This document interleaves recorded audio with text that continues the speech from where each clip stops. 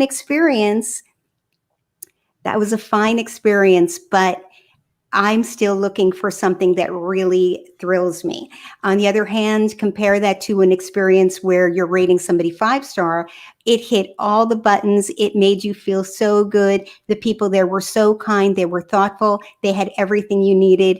And most of all, they made me feel great. I want to go to that hotel again and again. And I want to bring my friends. And I want to share it with the world. That's what you want. That's what you need right now. Yeah, I think that, well, Christina's on mute, so I'll I can't believe it. That's that one time I was typing messages in the comments. So actually, I think it's really interesting is that people don't realize that, or they really don't understand how much of an impact their review can have on a property, be it a positive review or a negative review. You know, we've now seen the times where there's keyboard warriors sitting behind their computers who may not have even visited that property and are leaving negative reviews. And just because, you know, they've read somewhere else, someone has had a really bad review or a bad stay, you know, that can have a huge impact on people, especially with the likes of, you know, Facebook groups and Instagram groups and everything now. You know, they don't really think before they post a lot of the time. You know what? Everybody has some negative reviews, but if those negative reviews are few and far between, and there's a shower, a flood of happy, enthusiastic, you know, very excited people who can't help themselves. They like you so much. You treated them so well. They can't help it themselves, but want to go on TripAdvisor, go on Google, go on Facebook, go on Instagram, and share their experience with the world because they're having so much fun. And that's what people love to share. People think that, a lot of hoteliers think that people are more inclined to use reviews as an opportunity to complain, but that's just not actually the case because we follow the data, right? And TripAdvisor says their average review is something like 4.3, and it's actually climbed up through the years, even during the pandemic. It's actually gotten a little bit higher. People are trying to take the time to support any business that is doing something great for them. But when is the last time you bought anything? I mean, even the cover of this phone, I looked at the reviews, even though it's only a $25 purchase. So imagine if I'm spending thousands of dollars to go on a trip, and I have the hotel, I have the restaurants, I have the airline, I have the theater tickets. If we can go to the theater soon, that would be great. You want that investment to be worth something. So if you go to a hotel that has 5,000 5-star reviews and 10 1-star reviews, you're going to feel pretty comfortable. And you're going to make the choice.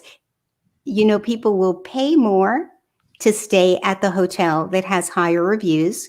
Those are statistics from Trust You. They say that 76% of people will pay more for a higher rated hotel, and that they're almost 4 times more likely to choose a hotel with higher ratings on it.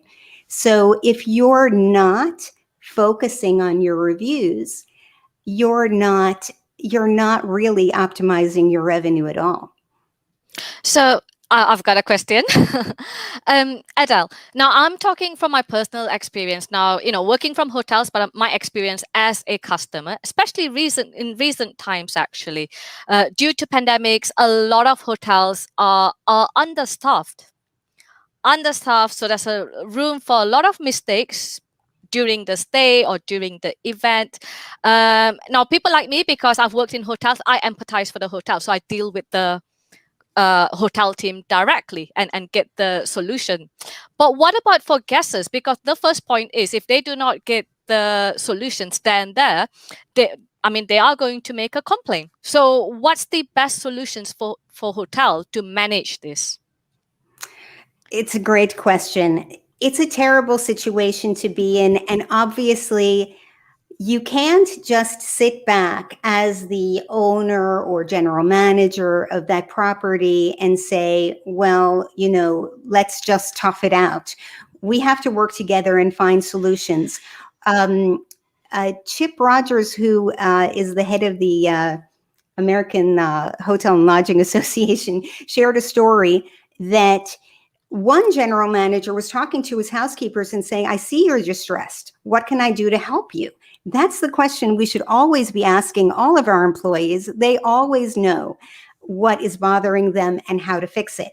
And they said, look, we're going into these disastrous rooms that are a total wreck because they're not getting their trash picked up during, and they're not going to restaurants. They're ordering in all of these packages from restaurants or trashing up the place.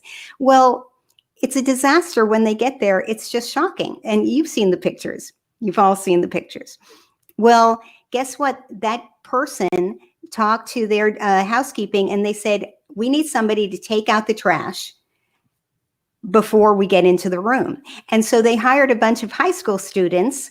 And I love this because it's a temporary fix to hopefully a temporary problem. Sometimes people say, well, we've already raised our salaries, a certain amount, or our hourly wages a certain amount, and we don't want to permanently lock in, something extraordinary.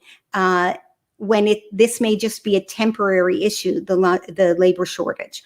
Well, adding this support during this time, that is a very effective temporary solution. And the housekeepers were thrilled to be able to walk into rooms that now they can just prepare and sanitize the room and do everything that is normally in their job. So you have to be flexible and try to find solutions. Number two, you have to train your team to be kind and compassionate. Before, we just talked about polite and professional, but that's not enough. People are coming to the hotel and they're kind of in pain in a way. They're stressed out and they have an expectation of getting the same level of service as they've gotten before. When somebody comes up to the desk to complain about something, they need to be trained to take a breath. They're not yelling at you. They're yelling because they're upset, because they're disappointed that certain things aren't happening, and help the staff actually listen to that as though they're a healer and they're the person's ambassador to happiness. They're going to help them get over this hurdle together. What can I do right now to help you change your perspective and help you get moving out of this state of mind and into a happy state of mind where you're enjoying your stay? They have to be given the tools, the training, and the freedom to do what they need to do to make that guest happy. And they need to understand that stop defending the hotel. That's not your job. Defending the policies, but don't you see here? We told you when you arrived that you weren't going to get this housekeeping, but guess what? On the website, it says full housekeeping services. So we as marketers, we're in charge of the communication. We have to be listening to what these problems are and how we can help. We have to change our website to say, the pool is closed, not just in some tiny little print at the bottom, but in our confirmation, our pre-stay email, on the booking engine, on the website. That picture of the pool should have something on it that says closed until further notice due to COVID, or a lot of pools are open. Say when you expect it to be open. Our communication very often is causing the problem. A lot of people complain about credit card authorization for incidentals on arrival. They get, you'll see this every day. Oh my goodness. I know that you're listening to hoteliers and front desk people say, why does half the people come up to the desk saying, I have never heard about this before. This has never happened to me. I've traveled all the world and nobody ever gave me an authorization for incidentals. Of course, we know it's not true, but why not express exactly what's going to happen when you get to the hotel beforehand? I wrote a blog post about American credit card, I should say hotel credit procedures. And I had a link to that PDF or that blog post on every on the website, on the booking engine, on the confirmation, on the pre-stay email, in the FAQs. I mean, it was just everywhere. And if someone needed to explain how that works, they could easily show that to a guest. And by the way, you can attach that to your Expedia and your Booking.com and your other OTAs. That they have wonderful pre-stay and confirmation opportunities to attach any communication that you need to, so that the guest is prepared. Because if they're prepared, they're not going to complain. They know what's coming. That's if they're listening. I think that's what it comes down to. I mean, Listen. Yeah, Yes. that goes right in the same bucket with directions to the elevators in the rooms. The poor front desk is going through their spiel that they need to go through, and the guests because they've got their mind on getting up to the room, getting unpacked and everything, and then they turn around like, wait, where's the elevators? Wait, Yeah. what's this charge on my credit card? Like, we went through this. We literally just talked about this. You're 100% right. You're 100% right. It's hard to get people's attention. So you can't say when you've communicated something once on a very deep page inside your website that you've communicated. If you really want to communicate well, because you care about the traveler and you want them to have a great experience, you'll make sure that you're communicating those important messages as many times during the guest journey as you can. Yeah. Adele, because obviously people don't want to read anymore because we're just so used to scrolling or swiping left and right, do you recommend that, a lot of these FAQs or these changes are addressed in a visual form, be it on Facebook posts, Instagram posts, TikTok posts? What would you recommend? Oh, well, I think all of those things are great. Anything that you can do to take what you see as a recurring problem at the front desk, whatever you know what, ask your team, what are your top problems? What are the things that happen over and over again that you would like to see if we can eliminate that happening? And then communicate it as many ways as possible. You know what?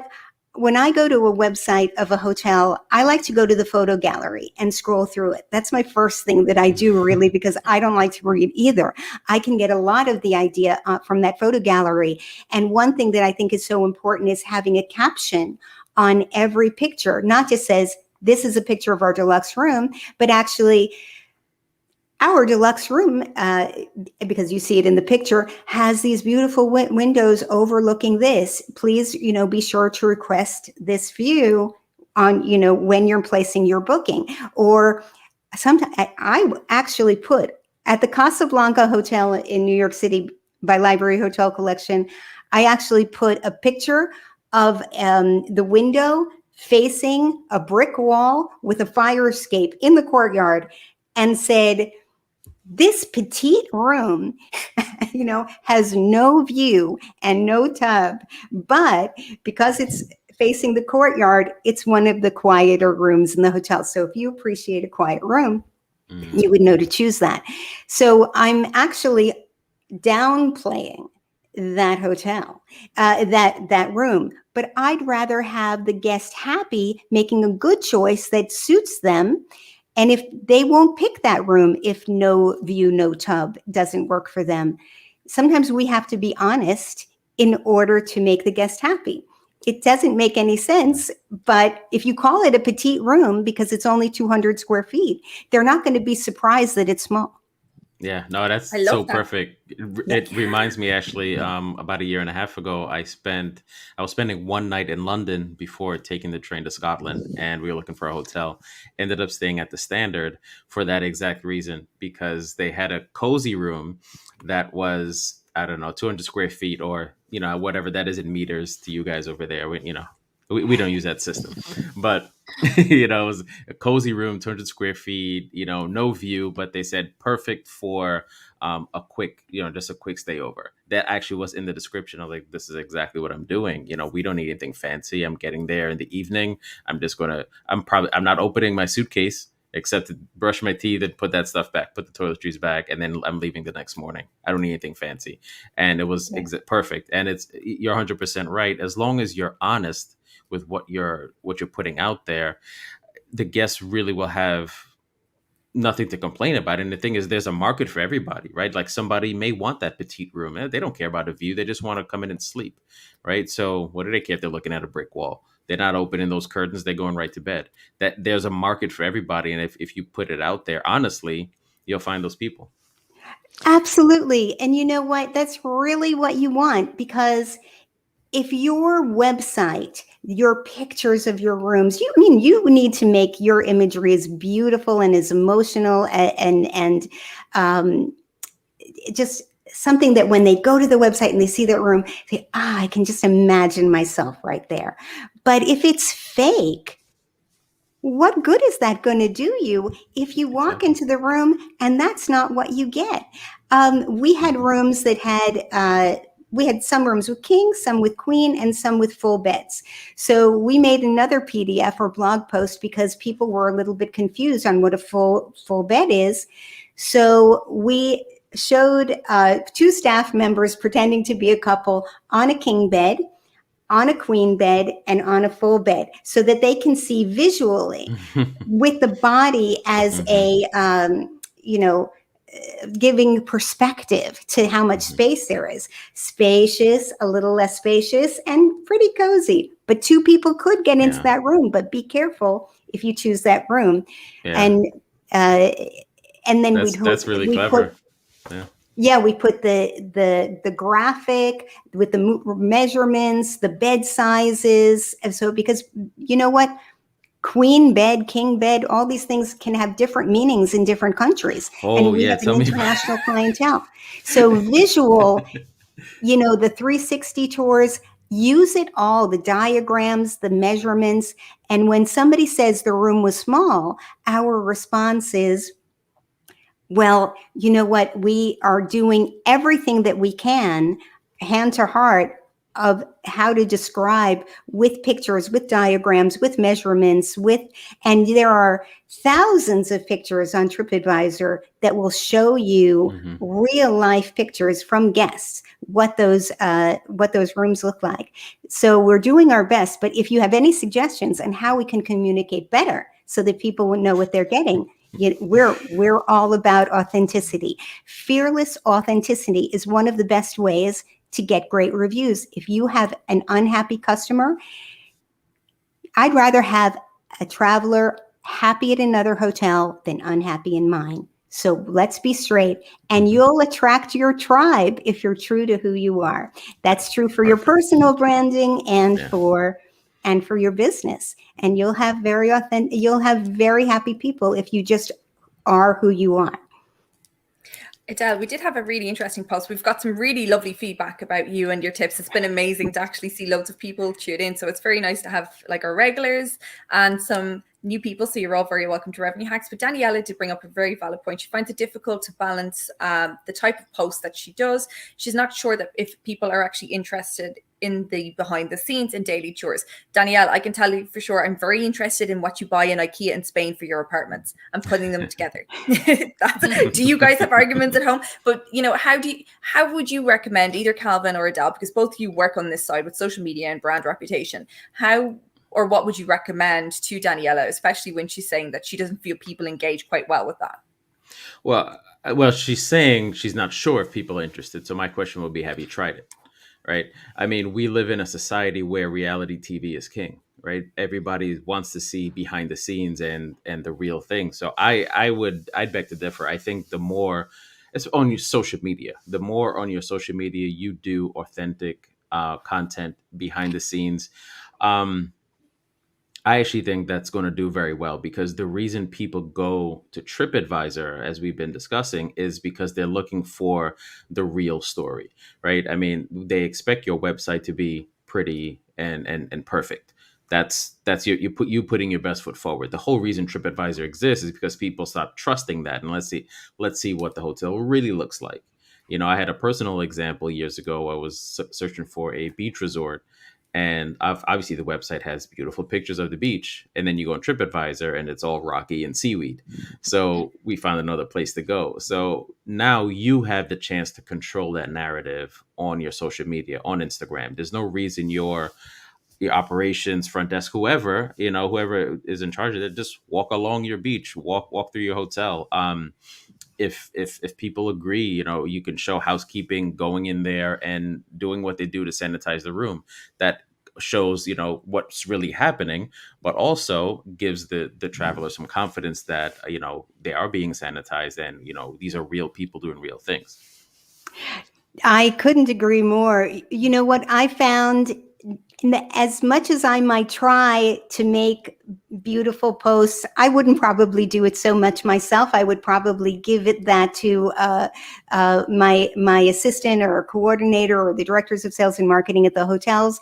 But as much as we try to drive beautiful posts about packages that we have, etc., the things that got the most engagement at all of our hotels consistently were pictures of the staff,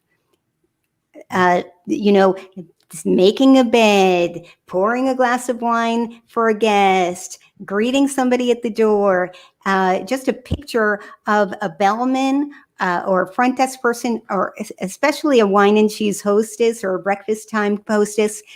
Those people would go, "Oh, she was the best person that she sparkled sunshine on us throughout our stay. She made us feel like we were staying in her home. We love her and we will go back. We can't wait to go back in December to see that hostess again." So there is nothing that is going to drive loyalty to your hotel like the people in your hotel. You remember what Maya Angelou said. I'm just paraphrasing. It's not what you said that they'll remember. It's not what you did.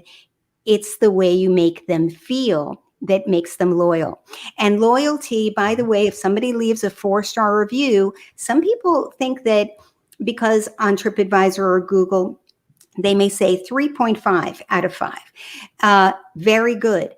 Guess what? That is not very good. I don't know where anybody would get the idea that that is very good. If you have a 3.0 review, or a hotel has a 3.5 score, I'm probably not going to stay at that hotel. I mean, I really think 10 times about staying at a hotel that has 4.0. That's just too low for me. I want to stay in a hotel. It can be a budget hotel.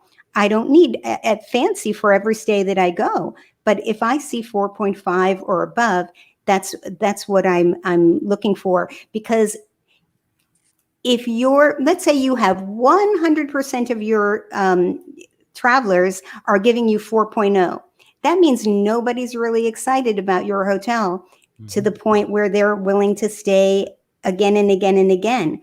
4.0 is you did your job.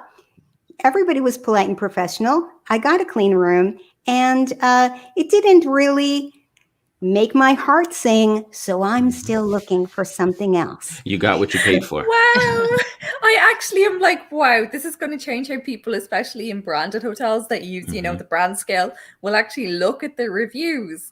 I always kind of take it into context. If you're not happy with a 4.0 on a review for a product you're going to buy, why would you use it for somewhere you're going to actually sleep?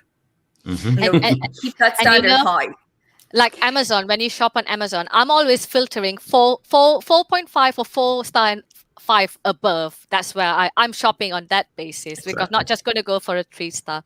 Now, I want to add though, besides the review, to enhance the online visibility. Now, one of the things that I look before traveling, as much as I'm looking at the images and TripAdvisor, I also want to know what's nearby, what's in the area, so how can we relate? Hotels are hardly relating it to these days. So I think that is something to look into. So absolutely. You know what? There were surveys done. There's a wonderful podcast.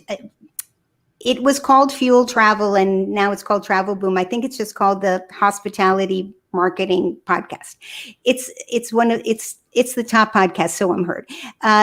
So I've heard. Anyway, they said they did so many surveys during the pandemic.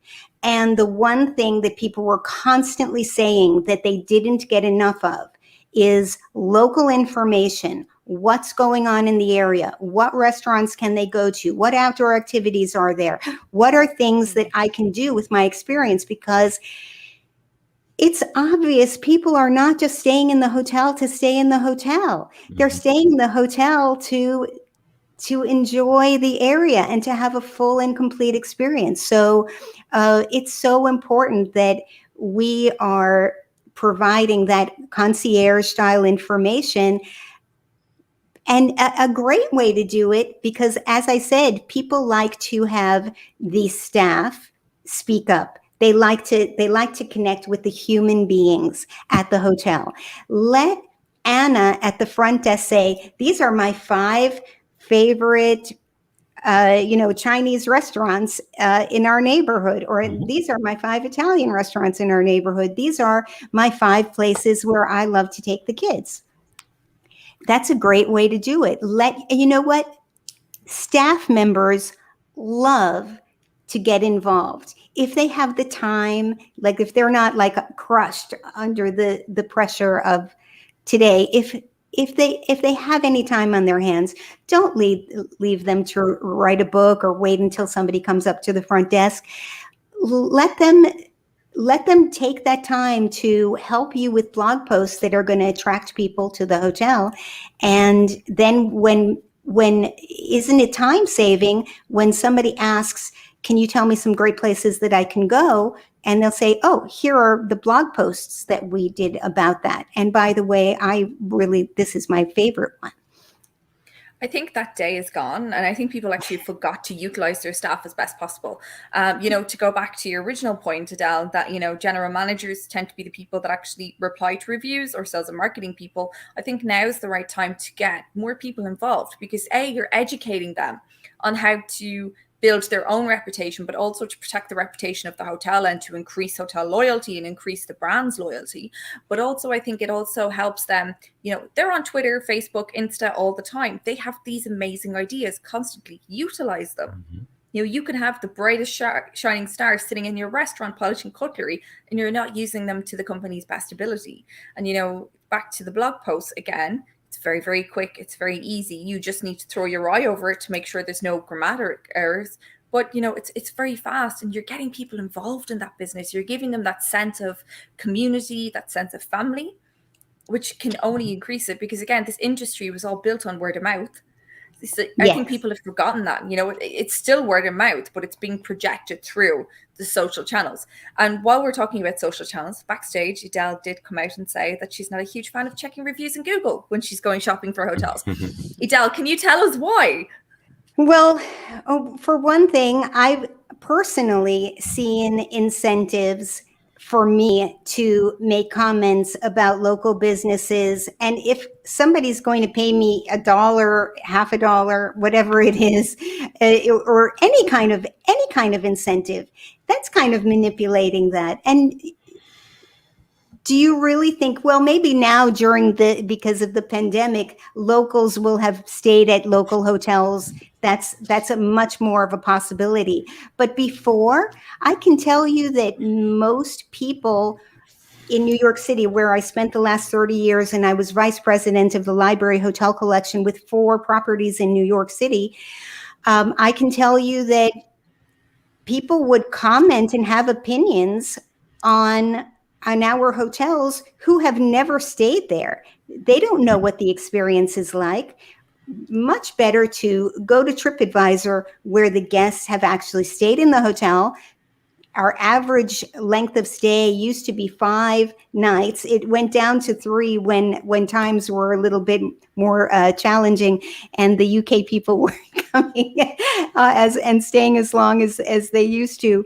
But those people really got to experience the hotel in every way over time, and they came away with a really good impression of what we had to offer, which is make every single guest feel cared for, appreciated and respected at every encounter.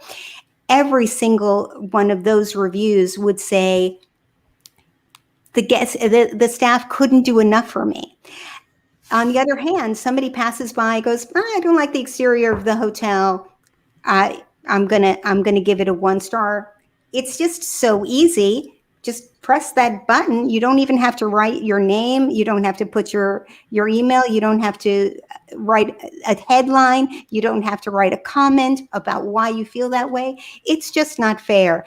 And there's such a huge content and integrity team at TripAdvisor. I just find it more quality. As a traveler, that's where I would go to make a decision. I think what's interesting is Andrew has just touched on the point I was actually going to ask you about, because in the last 2 years, 3 years, especially, TripAdvisor, this side of the world, has seen a massive spike in fake reviews. And we touched on this, Adele, backstage. You know, how can you control, or how can you trust review sites 100%? You can't. You can't to a certain extent, because everybody has that, and that's possible anywhere. But I can tell you that I don't think anybody's paying more attention to content integrity than TripAdvisor. I think TripAdvisor is probably doing them more than anybody else to ward off. And they have a content integrity report that you can read, and you can see all the statistics, what they do, how many, and they rely on you, by the way, hoteliers. As a hotelier, I would flag it. I would put inside why I know that this is a fake review. What evidence do I have that makes it clear to me that it's a fake review? For example, they posted a picture that hotel posts on their own website as their picture. I said, so you can see that is not a picture that person took. That's a picture that a professional took for that website. Just for example, or our hotel, the pool smells. We don't have a pool. They would take That's that Ryan's out. point just there. Often the reviews are very obvious, the fake ones. Or Susie, the bartender, was da-da-da. Well, we don't have a person named Susie, and we don't have a bar that fits that description. So I can tell you that a lot of times TripAdvisor has taken down the things, but I don't complain when somebody honestly had a bad experience at the hotel, even if we may think it's unfair and unreasonable that we tried to do everything that we could. Well, that's where we can explain that in the response. I'm so sorry you had that experience. We did everything that we could, to try to help you. If there's anything more we could have done, I would like to know what it is. We offered to help situate you in another hotel, find you something else. We tried to replace things for you. We asked you if you wanted to move to another room. You declined. I would love to have a chat with you and see what more we could have done, because there's nothing more important to us than our great reviews. And the thing is that in a hotel that's really trying to kill it every day and make sure that every single guest is having a great experience and willing to do things. If somebody doesn't like their pillow, we'll go to Macy's and buy another pillow that suits their needs, because that's who we are. And if you help your team identify themselves as the kind of people who are ready to go the extra mile, who are ready to listen and find opportunities to change those circumstances around, you're going to find you're having less and less negative reviews. If you ask your team to join you on a journey of continuous improvement, because our goal, I think that you are the nicest people. I know that you can do it, because I've seen that you do get 5-star reviews many times. I just want it to happen a lot more often. So let's listen to what people say so we can bring down the friction points. Let's when you see a friction point, that something that people don't like, something that's ruffling people's feathers, instead of just handling it at the front desk, do your best to get that person to a happy state of mind, and then take that problem to us in the rest of the team. Let's collaborate as a team, because like Khristina says, it's not up to you in the executive office to handle your reputation on your own. You have to be not it's not a social media manager position. You need to be a social media driven company, because that's where your online presence lies. Every single person is part of that social media presence. Every housekeeper who smiles, and every housekeeper who just goes into the corner to make sure everything is just perfect, because she's really thinking about that individual or that couple or that family that's about to go into that hotel. How can I make this room just a little bit extra special to make sure that when they come into this room, they go, oh, it's so fresh, it's so clean, it's so spotless. How can you get your team to identify themselves as being the kind of people who always go the extra mile, who work together as a team to support each other in getting making everybody feel like a VIP? If you plaster those 5-star reviews, on the back walls of your hotel. Show them your rating on TripAdvisor, post it on the board, and watch it climb up every day, and talk about kindness and compassion at every stand-up meeting. Share best practices, share ideas. How can we make things better every single day as you get feedback?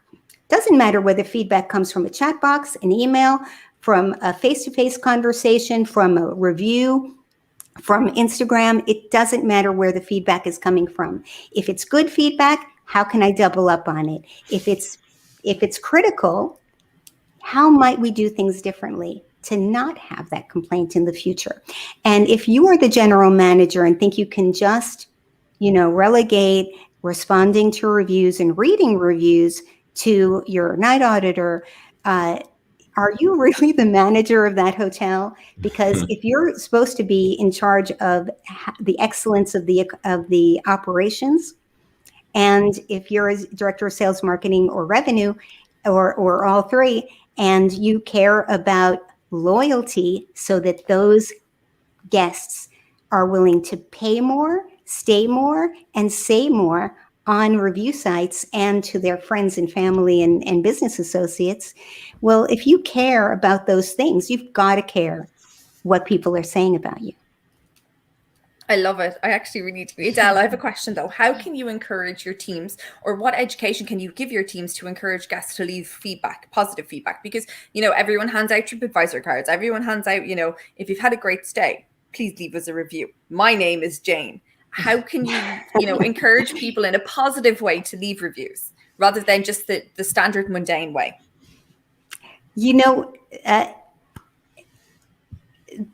Truly, the best way to inspire 5-star reviews, or to inspire somebody to leave any review, is to be amazing.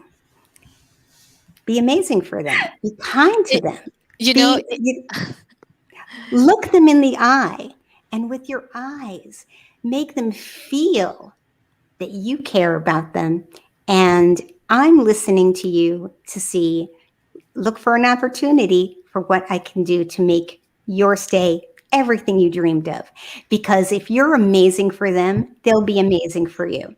And the only thing we needed to do to get people to write reviews was send a post-day email that said, thank you so much for staying with us.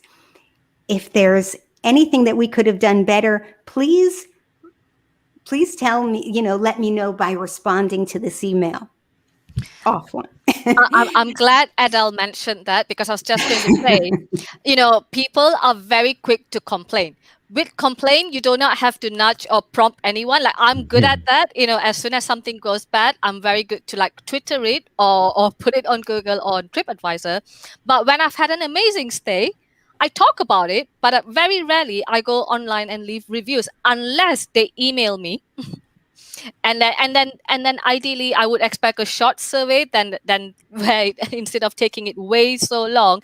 And then once I've completed the survey, and then it asks me to go to another platform to write reviews. And that's where I kind of like struggle a little, because I've already completed the survey. And then from the Medallia survey, I have to go to Trustpilot or TripAdvisor. And then by the time I sign in, and sometimes they don't connect. So I just leave it. Because Sheila, you make such a great point. That's why I never used surveys. Let me put it this way.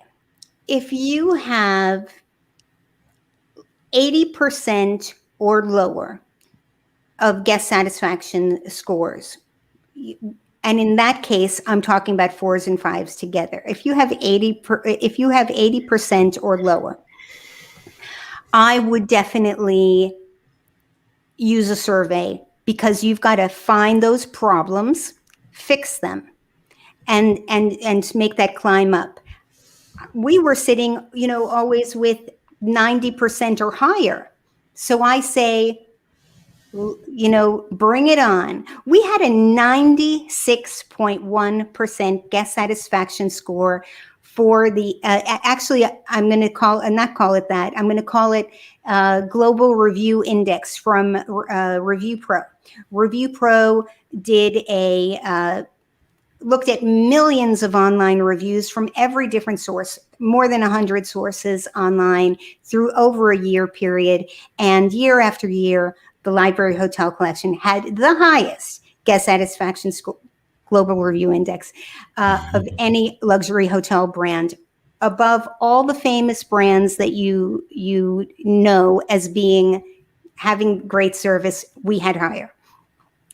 We had number 1, number 2, number 3, number 4 hotels in a row on TripAdvisor, starting in 2010. And it basically, even though it would move around a little bit, sometimes our Hotel Giraffe was number 1, sometimes the Casablanca was number 1. Sometimes we were just all in the top 10, but the Casablanca is such a modest little hotel. It's nothing fancy. It's just the sweetest home away from home, cozy place where everybody's treated like family that we love. So we gave so much love to the guests. It just stayed number 1 for 3.5 years in a row, and then kept going back between number 2 and number 1 after that. So 15 years, our company basically stayed in the top 10. In September of last year, we were number 1, number 2, and number 3, and number 17, I think, of the 4 hotels. So not bad. Out of 500 hotels, we had the number 1 hotel in the world on TripAdvisor with the Aria Hotel Budapest, and the Aria Hotel in Prague also was number 1 luxury hotel in the world on TripAdvisor, and certainly the top in their countries. So when I say this is how you do it, I actually mean that this is how we were able to do it at hotel after hotel after hotel. It doesn't matter who the general manager was, the director of sales, who the team was. It's a system that always works. And that is, you get feedback. You actually listen to the feedback, not in the semantic analysis where only things that were mentioned 100 times are going to pop up to the top, but listen in context to that one person's comment, because that person is speaking out while 25 other people were thinking the same thing and they just didn't say anything. So if you can think of anything that you could do differently, collaborate with your team, because you don't have all the answers. Your team is much more likely to have the answers than you are, to be honest. So work together with your team in collaboration. Find if I change my communications, can I fix that problem? If I change the process, if I help empower my team a little bit more, if I change my team's mindset, can I change my guest's mindset? And then maybe you have to make a little product change, but most things that you do to fix a problem are free. They're free. I love it, Adele. And just on that, we are actually out of time, I'm afraid. Adele, I'm going to have to bring you back for a 2.0 on hospitality reputation marketing for sure. Can you tell our audience how they can get in contact with you directly if they've got any questions? Absolutely. Come to my website, AdeleGutman.com. I have to say, Adele is a great brand. I'm so lucky. AdeleGutman.com, and you'll find links to the Hospitality Reputation Marketing podcast, where I interview general managers who are really killing it and making great reviews. And you can learn a lot from those conversations. I love it. Thank you so much, Adele. Thank you so much to everyone for being involved today. And I promise we will have you on the show again, probably September, because I do think we need to get through it because we are taking a break in August. We don't have a show next week. We're back the 11th of August. We are having a great show. We're all about crypto and hospitality. I'm so excited. We're talking about cryptocurrency in hotels. We're going to have a crypto hotelier on board. And we're also going to have a crypto travel agent talking with us as well. It's going to be such a great show. I do want to say thanks to Darko, who's been really pushing this show. So I'm so excited about this. And we'll have more information for you guys next week. Thank you so much for joining us, and I will see you all soon. Thank you. Bye-bye.